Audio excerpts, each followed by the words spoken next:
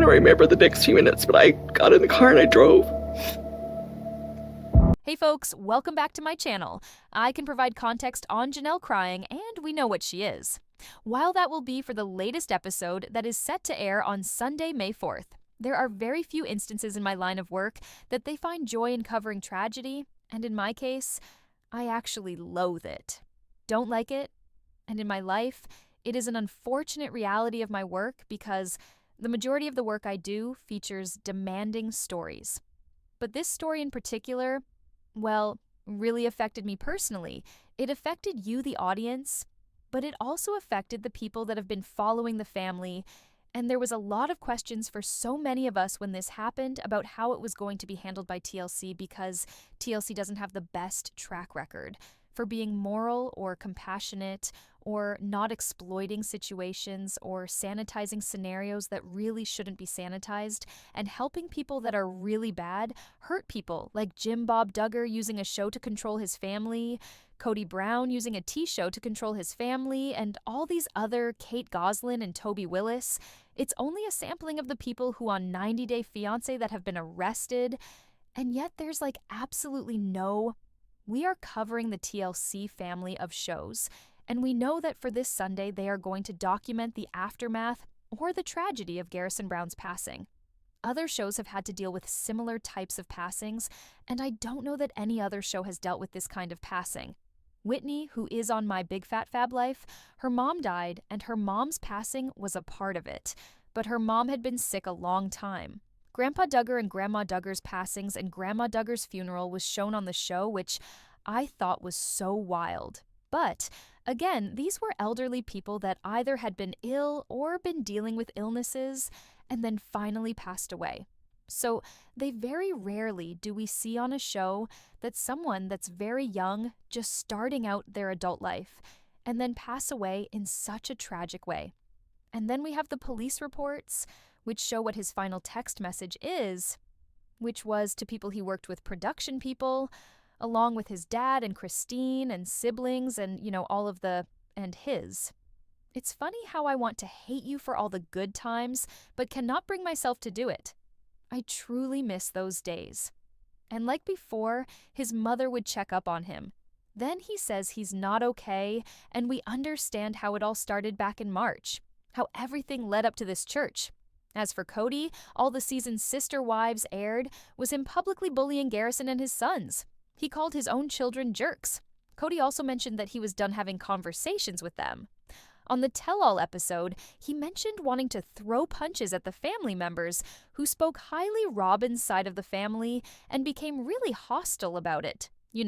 Defending his wife as if she were under attack. It's as if his children weren't safe to exist around his wife and her kids, alienating his wife and her children from everyone else. So, when Cody is featured on an episode this week acting out like he was held hostage by the family in disregard to him by his wives, let me tell you, it sickens me. It is infuriating Cody continues to portray himself as the victim, knowing fully well this is a repercussion of everything done within these scenarios.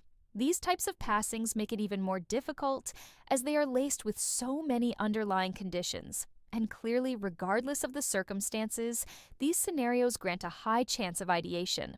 Sometimes, a person with a mental illness may feel as though they are helping people or would be doing positive service to the world by leaving. In their mind, they think this way because they feel like there's a degree of exhaustion for the other people. Everyone else would be better off without omit several cases where Ceteris pose. They cannot trigger the suicide ideation Ceteris' irrational cycle, which they will need help. That is, without external support, neglecting his well-being led to drinking his post-mortem involved listing self-inflicted. The combination of those factors with a self-inflicted gunshot wound resulted in the reducing alcohol consumption perhaps avoided it. There's always been these things talking. But screaming matches that have been going on, and parents are still so oblivious to everything else unfathomable level of suffering. Children are thinking back over the last year so much as clear kids are outraged and devastated at the situation, bewildered why there was so much energy around the... So, don't get me wrong, it was really joyful in some. We can finally give the children say in how, but post-TLC death, it feels like an entire 180. into, yeah, they are acting like what Cody said before. I am saying all these terrible things, and only did that to get the reaction he wanted out of the... Seems like someone tried to frame the story as he painted it out to be. Cody even went as far as saying, quote, "These things, and he didn't mean it." Directly quoting will only further prove my point on why Dove so low camera, like he's attempting to absolve himself of what is about to happen next during this, in the show, you know. And since we are going to be watching it now, and it happened right after everything happened in season 18, when he was literally berating his children, calling Garrison a jerk, and saying he never wanted to talk to him ever again, it's going to be lost in translation, right? It is going to be lost that we will have forgotten that ever happened, that ever aired, and so they are going to be talking about it this week. It is going to be a part of the show, and because there are 3 more episodes left before the tell, I assume all 3 of them are going to be dealing with his death. And I think it is going to be really complicated because how do you cover something like this as transparently as you could in a reality show? And the bottom line, how do you bring in the fact that a lot of the conflicts in this family have to do with the show, have to do with what he publicly says about them, the abusive, the media is shallow and partial, all are sycophants. Verbal abuse. Whereas I dismiss offhand the producers and the tell-all shows with minimum effort, no depth, and from his ramblings. Boast without feeling bad about any of them are real. An apology. The lies have been paid for in advance before you need to spend any.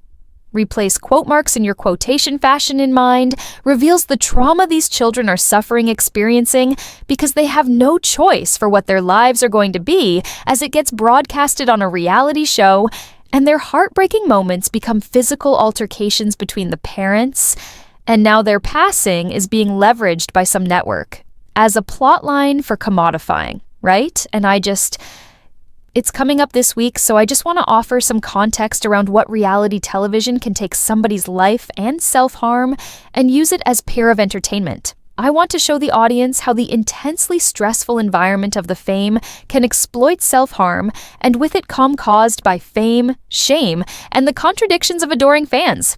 These factors alone have been demonstrated to lead to excessive social observation, social rejection, mental collapses, and public shaming, severe depression, anxiety, and tragically suicide. It's obvious his dad's backlash put an immense strain on him, and we know all the backlash he was getting. So I guess in a way, mental health has to deal with that. They go out of their way to target these people and their family as fragile airline MESDM. So look at it from this standpoint. The camera people know full well that Cody is constantly being subjected to these atrocious insults, and yet none of them bother to extend even basic compassion that is devoid of any nuance. Resources to the family, they're not offering therapy, they're not suggesting therapy. They're not caring about what this is doing to their talent. All they're thinking about is the bottom, the care they allocate towards the family's needs, such as resources. Services unto the family that are not related to therapy are offered. Other parts of the template, such as problem justifying and setting goals, needs to be filled. The primary issue lies either with family, the mindset, or how talent is seen that would lead to longevity factors. And the rest needs to keep flowing and following the same draft along.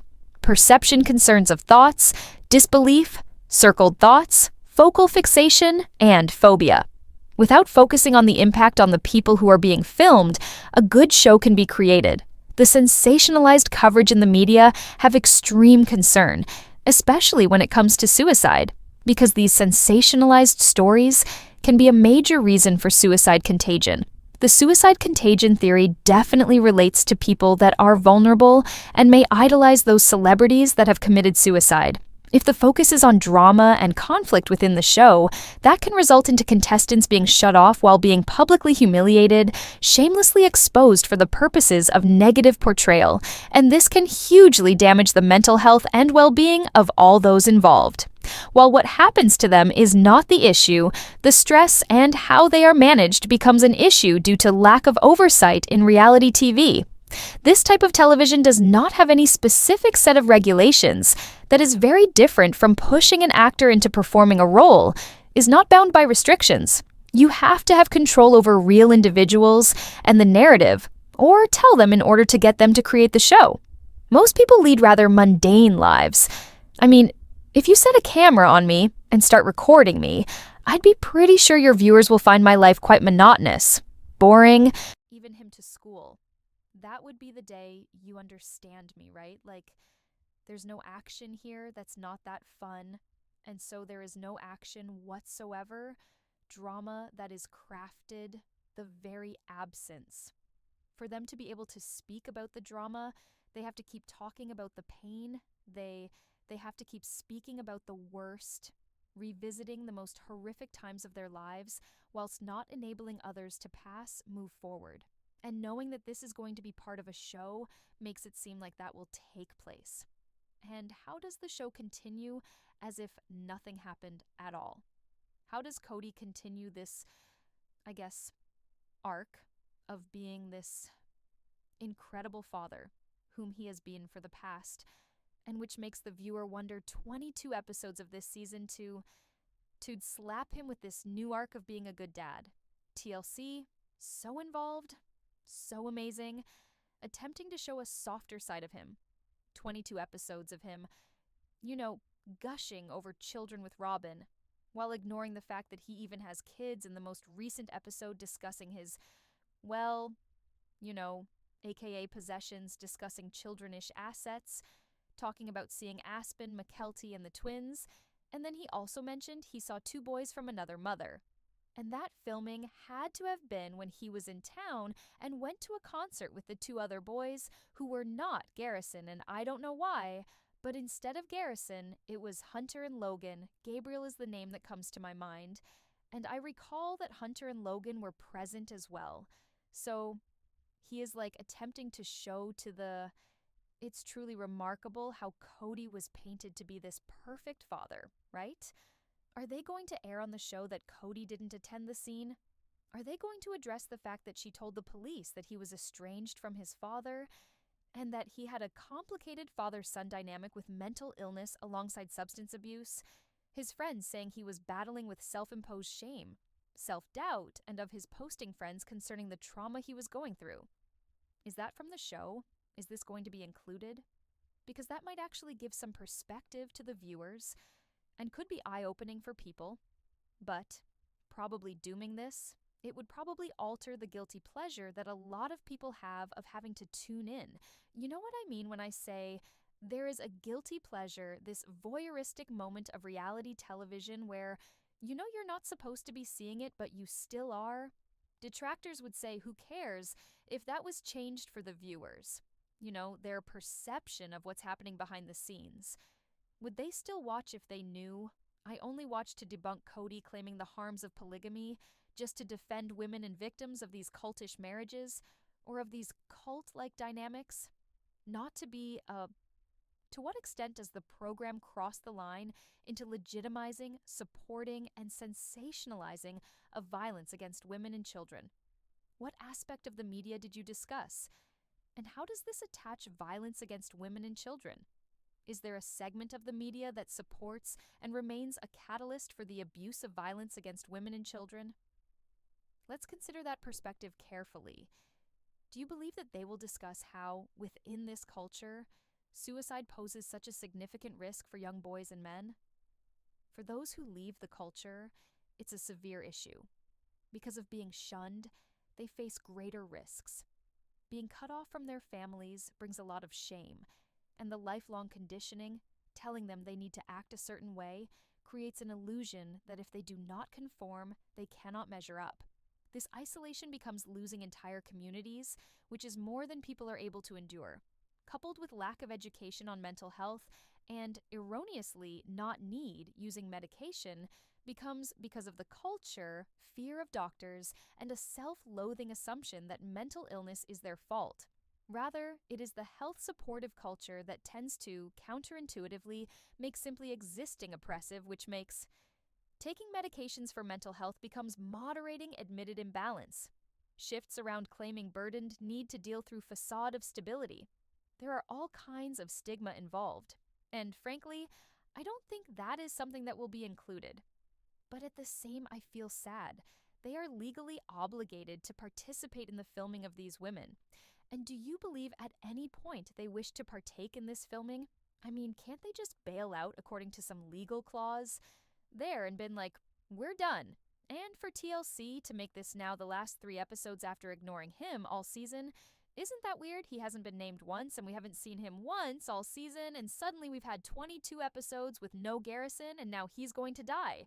It feels really bizarre, so we'll have to see how it plays out, but I wanted to give you the alert, so if you don't want to watch, you don't have to. I will watch it with a heavy heart, and my stomach is in knots, even doing this video because I hate it. Garrison Brown's life was tragically cut short, and he was a victim of a polygamous cult and an abusive father. And if you or anyone that you know is struggling with thoughts of self-harm or ideation, know that you're not alone and help is available 24 hours a day, 7 days a week. There's a national hotline, just dial 988 in the United States if you need help. And I would like to know please leave your comments with your ideas about it down below. Don't forget to like the video and subscribe to my channel. Thank you so much for watching my videos. Bye, guys.